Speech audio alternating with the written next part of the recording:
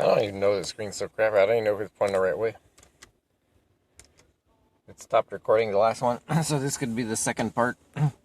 Look, this is a Ford, okay? It's got a lot of mileage. So we can make engines that keep going, even with minimal care and concern and tenderness, just doing the basic fluids, let's say. But this one is having issues where, let's say I back up, I see with the camera, but it's not beeping when I get close to something. So I have to compensate for failing technology. I wish the technology wasn't there in the first place, and I wish they wouldn't put cameras so people stop looking and learning how to look efficiently and how that's different with different vehicles. But I got, these sensors are suddenly, I don't know, the last time I stopped, these sensors are now unavailable at this time. Okay, but I'm going to get these annoying lights, maybe more annoying when it's the same thing when I drove a fancy Mercedes that people thought was $80,000 when I told them, fix these issues with this smart car, it's brand new. And they didn't fix it, they said it's normal. We tested it's normal with all the smart cars. Oh, these technical flaws with Mercedes technology. So Ford, again, like I wouldn't buy a new Ford, I'd just fix old Fords. But even then, I'm still not a fan of Ford. Sorry, Grandpa. But, I've had a few Fords with this job, and it's not impressive.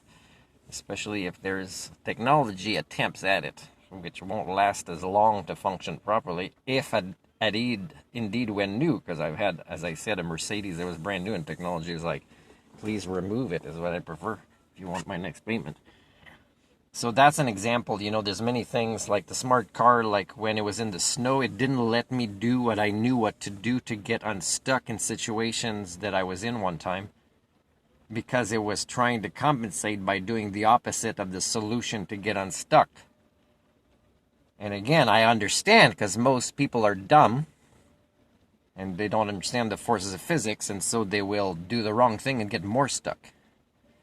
Like, I already see if a vehicle that's doing a lane change is too close to me. I don't need that light to come on. Or, and it's not making a sound. It should make a sound instead of a light. But anyways, there's so many ridiculous things, and you guys are so happy because you believe you'll be justified not paying attention that much when you're in crashes. You'll be able to blame somebody. And really, you should blame yourself for buying that dumbass Mercedes or Ford car with technology that you, and take yourself to court, most times I think primates, co-defendants should be themselves, whatever it is. Like you're taking somebody to court as the plaintiff, you should be co-defendant.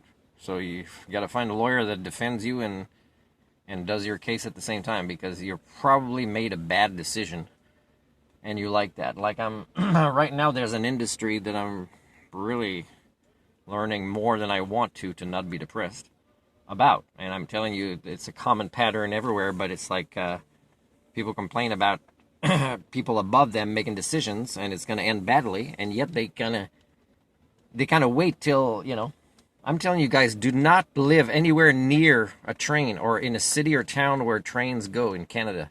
I tell you, when you notice your insurance go up and insurance companies don't want to cover you anymore, they're noticing these patterns. They're not talking to you about it, and they're not socio-cyberneticists, because that requires systems thinkers and a conscience. But they might hire a sociologist and they say, oh, crap, there's going to be more accidents in these things, and people are just knowing it's going to happen, but they already got pre-planned people to point the finger at.